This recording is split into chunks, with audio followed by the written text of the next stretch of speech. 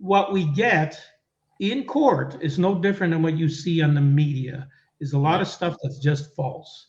And now the city has went to the public, and there's a few more things I want to talk about in the lawsuit to say that they're energized because they get to amend. Really, that's amazing. And one of the reasons that's Yeah. amazing is that the city had received from me a very favorable settlement, which I want the public to know what that is.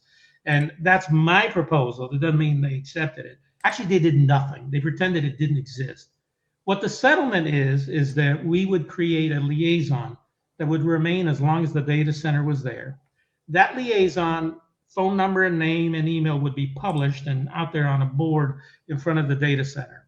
Then what we did is we agreed to give the public rights of enforcement of the promises that we made. And what that means is that if we don't abide by our promise, you could force us to perform. We also agreed to let that settlement run with the land. So the provisions in there that we're giving to the public that are not normal. Oh, by the way, if we get notified within 5 days you have a meeting, if we can't fix it within 30 days, the public could go to arbitration, force us to do it, and we pay all the bills. That was the agreement that we put together in writing. Seemed very favorable. The 10 items that we added in there for the public were noise, that we would abide by the county's noise regulations. We had dust control during construction. We had lighting for night lighting. We had a PA system for outdoors for certain restrictions. We had parking for nearby streets. We had landscaping where we agreed to a 10-foot wall, and then the landscaping. We basically put in there all the provisions, and theoretically we could have added more if they had them. Now, these are all ones that we're promising to agree to. They run with the land, and it would be approved by court. The city, well, to be fair, I also asked for the reclaimed water that I'd been paying for in the past, but if they didn't do it, that was fine. We could have done something else.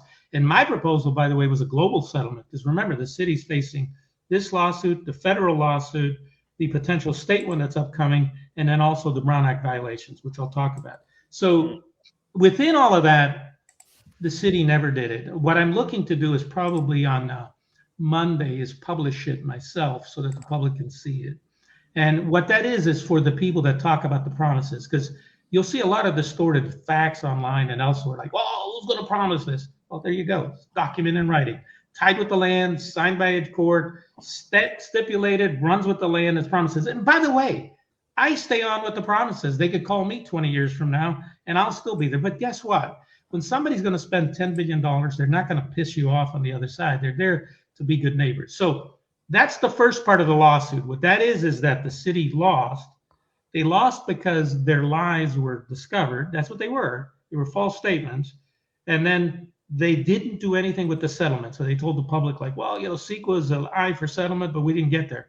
They did nothing. I have the emails. Nothing. So that's what they got. Now, why people there think that another amendment is going to do something is crazy, because if you analyze the facts, there's no way to get there because you can't find a violation.